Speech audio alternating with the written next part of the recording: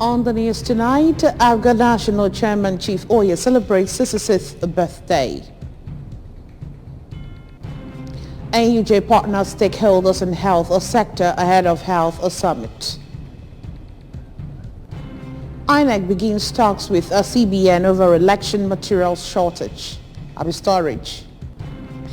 EU-China to hold high-level talks over Russia and Ukraine war. Before the news in detail, here's a special message. Governor Chukwuma Soludo has come for a total turnaround, the maintenance of the Anambra State economy and promotion of core Igbo values. Let us give him maximum support for the task ahead. Good evening and welcome to the news. My name is Chidima Orangwa. The national chairman of the All Progressives Grand Alliance, Abga, Chief Ike Oye, says it has been a great life journey at Sisters. Princess Ekwi Ajide, ABS Abuja Bureau Chief, reports that the national chairman, who spoke at a surprise birthday party organized by some party members to celebrate his new age, thanks supporters and friends of the party for making his reign worth a while. We have details from our studio.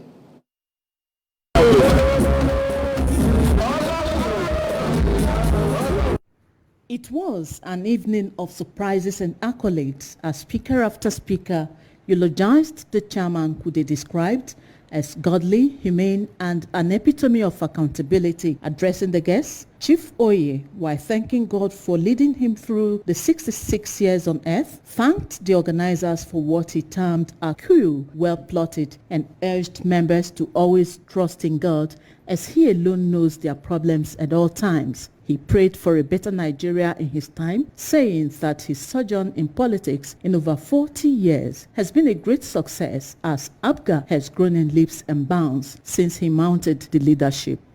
The journey has been very tortuous, but God has been of immense support and help to us. And I continue to thank God for his mercy and love. And I pray God that in my time, Nigeria will be better than it is today.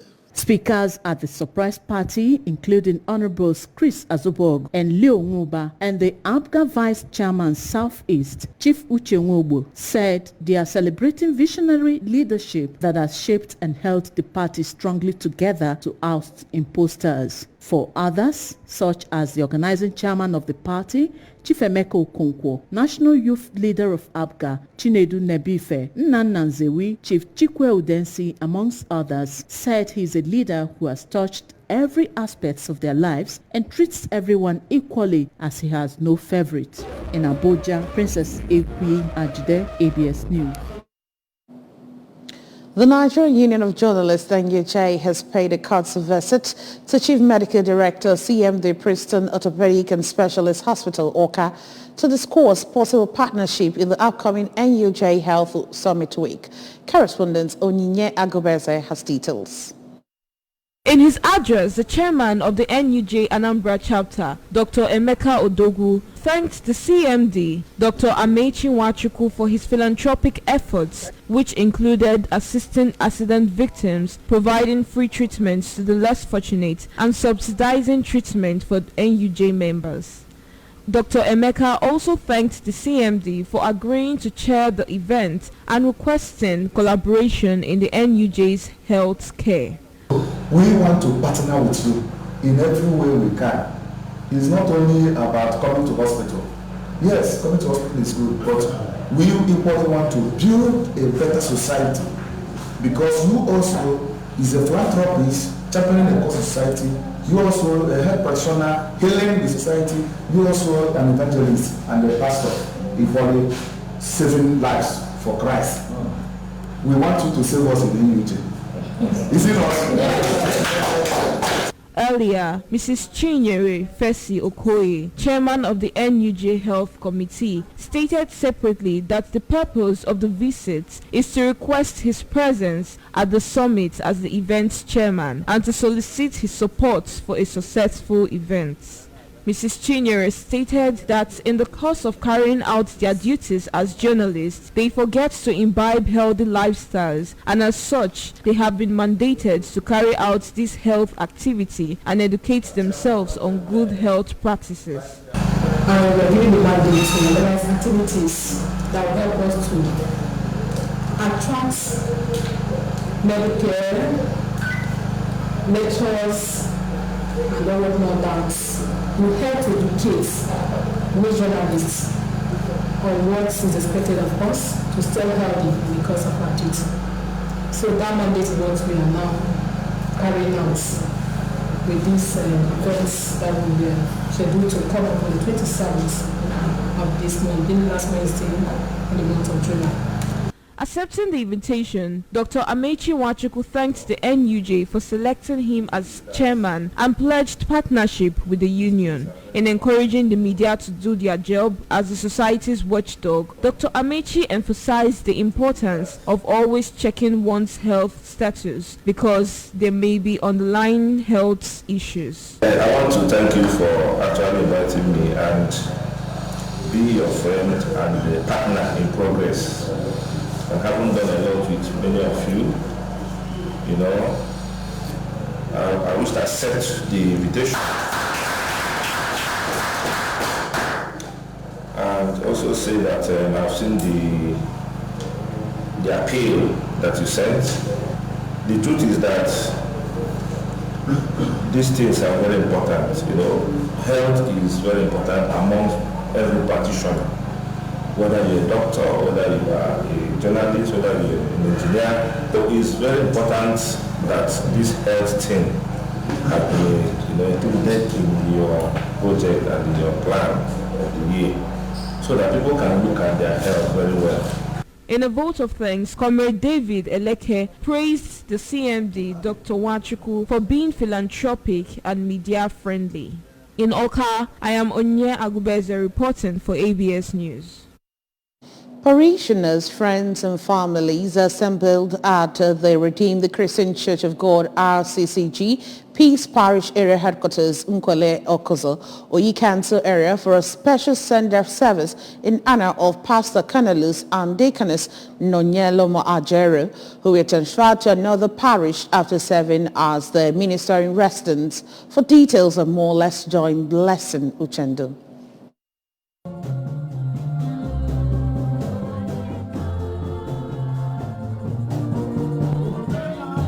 The special service, which was attended by members of the church from across the country, also served as a moment to share testimonies of God's goodness and show of gratitude through thanksgiving. In a sermon, the pastor in charge of Province 1, RCCG, Anambra 1, Emmanuel Kayode, advised ministers of God to ensure that the word of God gets to the yet to be reached with the aim of winning more souls for Christ. In a message titled Honoring the Servants of God, Pastor Kayode called on the Christians to keep praying for church leaders and charged the ministers of God to expand the scope of evangelism, resist challenges, and ensure that Christ is always seen in them. I commend the congregation and the pastorate for this honor. Pray that God will take them from glory to glory, from grace to grace, that they will remain relevant and they will do more exploit for God. On his part, the new area pastor in charge of RCCG Peace Parish Okozo, Pastor Emmanuel Oji, who testified how God used Pastor Ajero to spread the gospel of Christ in the area, prayed for more grace upon his family and promised to carry on from where he stopped. In their separate remarks, Pastor Ajero and his wife Nonyalom, a staff member of Anambra Broadcasting Service, recalled God's faithfulness upon them throughout their years of evangelism in the parish and thanked members of the church for supporting their ministry during their stay. They equally called on the parishioners to avail their successors stronger support to enable them succeed in God's work. My charge to them is to be faithful. I want my members, I want the congregation to be faithful to their God, to serve Him in truth and in spirit. Today is our send forth. They'll set aside today to honor us, to bless us. The joy of the Lord is my strength. I'm so happy to be here. In their different testimonies, Messrs. Henry Kalu, Goody Obuago, and Grace Ewesobi acknowledged the goodness of God upon them and how God used Pastor Jero and his family to touch many souls, even as they prayed for more grace upon their lives. The special service featured prayers, praises, and thanksgiving as the congregation danced to the glory of God.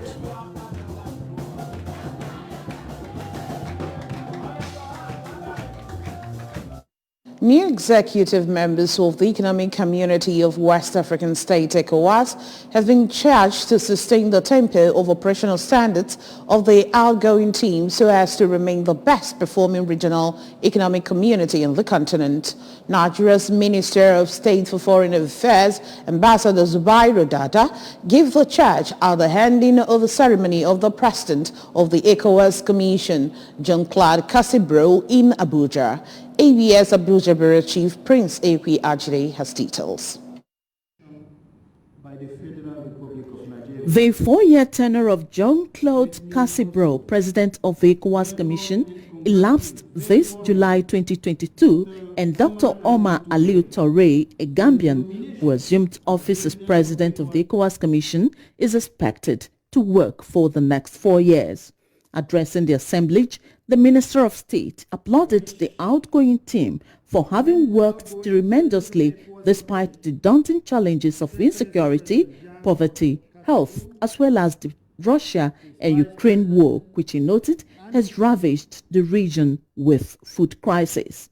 He urged them to place the interests of the people they represent above other issues to ensure the enhancement of the ECOWAS Commission, advising the new management to ensure accountability and effective administration to boost citizens' confidence in the region.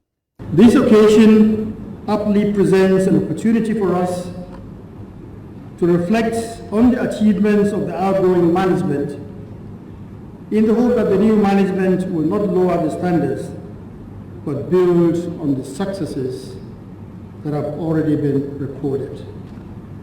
For the outgoing president of ECOWAS Commission, Jean-Claude Cassibro, the past 4 years have been spent on implementing their mandate despite numerous difficulties faced by the region. He therefore commended the ECOWAS member states for their support to victims of natural disasters and conflicts arising from terrorist attacks in the sub-region.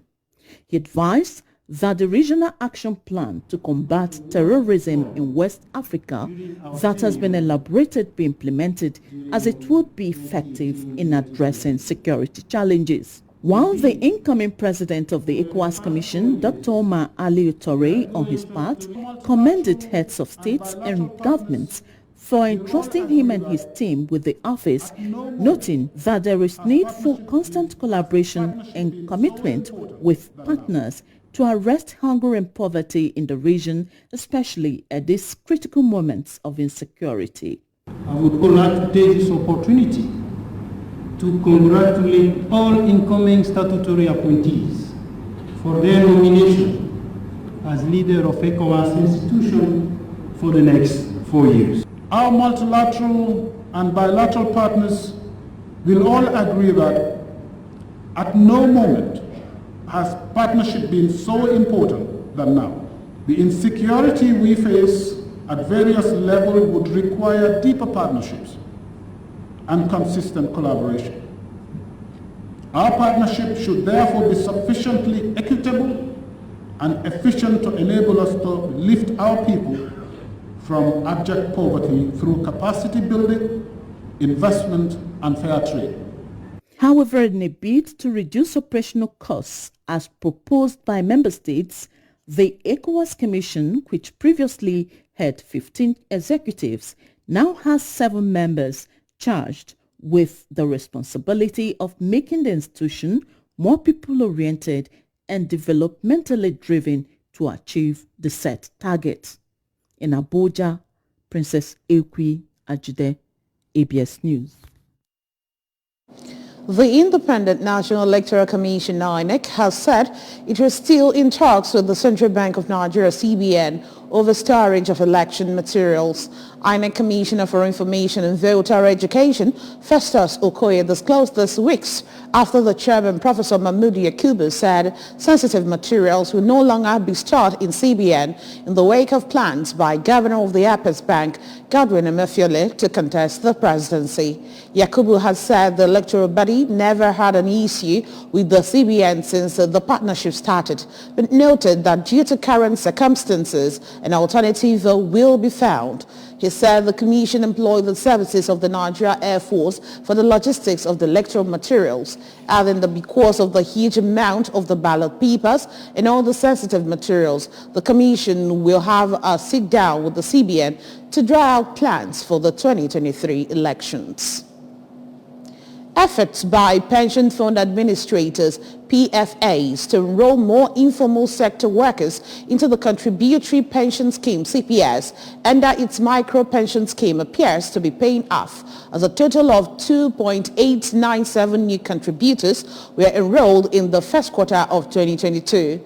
This indicates a 3.7% quarter-on-quarter increase against 2,166 recorded in the previous quarter, that is, fourth quarter of 2021. With the new enrollment, according to the first quarter 2022 report released by the National Pension Commission, PENCOM, total number of micro-pension contributors increased to 76,588 in the first quarter of 2022 from 73,600 recorded in the fourth quarter of 2021. PENCOM stated in a report that 18 pension fund administrators, PFAs, registered 2,897 contributors in the first quarter of 2022. This brought the total number of micro-pension contributors to 76,588 as at 31st of March 2022. The MPP was initiated by the National Pensions Commission, PENCOM, and was designed to incorporate workers in the informal sector of the economy into the pension scheme in a bid to provide cover for 30% of the national workforce by 2024. A key goal of the effort is to boost the country's financial inclusion. China and the European Union will hold high-level talks on the economy and trade amid tension over the war in Ukraine, the treatment of ethnic minority Muslims in Xinjiang, and an unratified investment deal.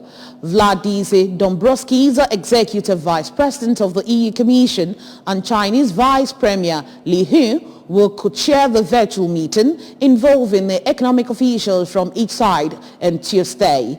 The dialogue comes after months of failed effort to set a date for talks after the 10th EU-China summit in April, during which the sides failed to agree on a joint statement amid divisions over the war in Ukraine and human rights concerns. In May, the European Parliament voted to freeze a sweeping investment deal with China that was 7 years in the making after Beijing slapped sanctions on European lawmakers in retaliation of the sanctioning of Chinese officials accused of oppressing the Uyghur population in Xinjiang province. And now sports. Nigerian cyclists at the weekend finished fourth at the just concluded 2022 Africa Track Cycling Championship held in the velodrome of Mashood Abiola National Stadium, Abuja. South Africa dominated the championship, which featured 13 other countries. Nigeria cyclists won 4 gold, 7 silver and 6 bronze medals to end with 17 medals, a far cry from their position at the recent Africa Cup Championship that the cyclists dominated at the same venue. Some of the Nigerian cyclists had inadequate preparation for the Continental Championship. Our preparation and welfare during this African Track Cycling Championship was completely zero and a complete departure from the previous ones. This time, there was no proper training and our feeding was next to zero. South African amassed 43 medals, comprising 20 gold, 13 silver and 9 bronze. Egypt placed second with 8 golds, 8 silver and 10 bronze, while Algeria came third with 5 gold, 5 silver and 7 bronze medals. Remember that you can follow news and programs on ABS from any parts of the world by liking our Facebook page at ABS Radio Television. Subscribe to our YouTube page at ABS Television Orca. Follow us on Instagram at ABS Radio TV. Log on to our website at www.absradiotv.com. And now the main points again. APGA National Chairman Chief Oye has celebrated his 66th birthday. NUJ has partnered stakeholders in health sector ahead of a health summit. INEC has begun talks with CBN over election material storage. And we also told you on the foreign scene that EU and China are to hold high-level talks over Russia-Ukraine war. Here's a special message before we go. Governor Chuku Masaludo has come for a total turnaround, maintenance of the Anambra State economy and promotion of core Igbo values. Let us give him maximum support for the task ahead. And that's it on the news tonight. Thank you so much for watching. My name is Chidimma Orangwa. Good night.